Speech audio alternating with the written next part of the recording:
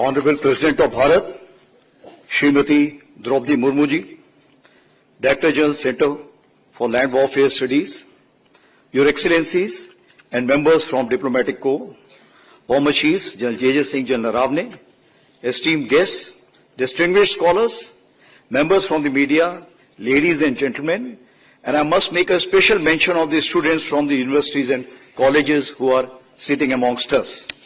A very good morning and Jai Hind to everyone. Madam President, Chanakya Defence Dialogue was instituted in 2023 when my predecessor, General Manoj Pandey, declared the year of transformation for the Indian Army. It underscored that genuine transformation cannot be driven in isolation, as it demands great understanding and cooperation with all stakeholders across the DIME technology spectrum. Since then, this forum has grown in scale, depth and influence, drawing some of the finest strategic minds from India and abroad. Your presence here today as the Supreme Commander of the Armed Forces is an inspiration and acts as a catalyst in our journey to become a future-ready force, capable of effective deterrence and to prosecute decisive multi-domain operations. Ladies and gentlemen, this brings me to the wider strategic landscape we operate in. We are living in an increasingly multipolar world where major powers are continuously jostling and competing. The world has moved from the Cold War's bipolarity through a brief unipolar moment into an uncertain and fractured order. The long peace is declining and comprehensive conflicts are on the rise. In a world with over 50 ongoing conflicts, saying that we live in a turbulent times may actually be an understatement. So if the globe is swiveling towards national security, deterrence and war fighting, it inevitably raises a fundamental question for us. How must the Indian military transform to remain decisive and ready in this rapidly evolving global landscape? So the starting point to this question lies in the vision of Honorable Prime Minister, 5S approach, that is Samman, Samvad, Sahyog, Samriddhi and Suraksha. English, it would mean respect, dialogue, cooperation, prosperity and security.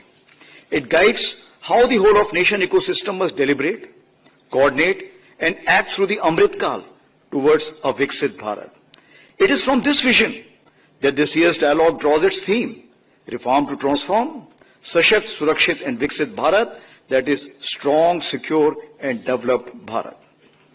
Aligned with the national vision of Viksit Bharat, the Indian Army has envisioned a three-phase schema.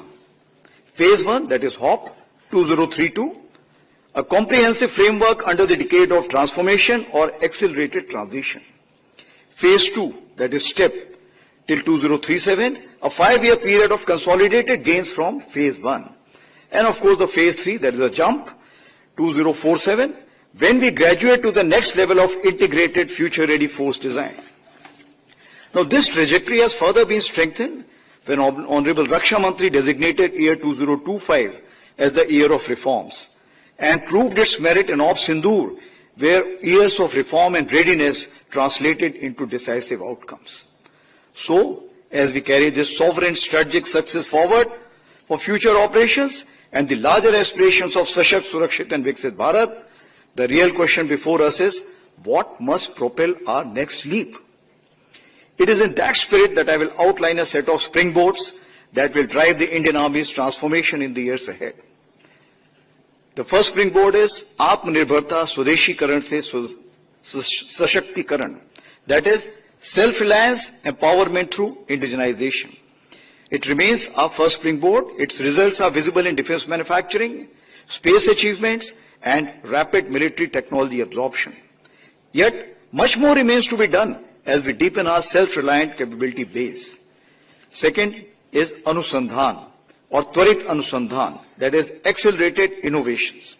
While initiatives like IDEX and Aditi are accelerating the idea to prototype pipeline, we must now move on from experimentation to enterprise scale impact at a much faster pace in AI, cyber, quantum, autonomous systems, space and advanced materials. Third is Anukulan, that is adaptation, reforming the ecosystem. As we align defense architecture With national Atmanirbharta goals, we look forward to concrete suggestions from this dialogue to accelerate the next phase. And the fourth, or the last one, is Ekikaran, that is military-civil fusion. The development of war-fighting capabilities is a multi-agency, multimodal endeavor, wherein the troika of academia, industry, and the military must achieve deep cross-domain synergy. The military is shedding inhibitions, opening ranges, funding startups, and joining national technology missions, and stands ready to strengthen this troika of transformation even further. However, this troika must look at Vasudhaiv Kutumbakam, the word is one family, in a collaborative manner for ensuring long-term trusted friendship across the globe. On this note, as we turn to this year's Chanakya Defense Dialogue, we are privileged to host distinguished military leaders, scholars and experts whose perspectives will sharpen our strategic thinking.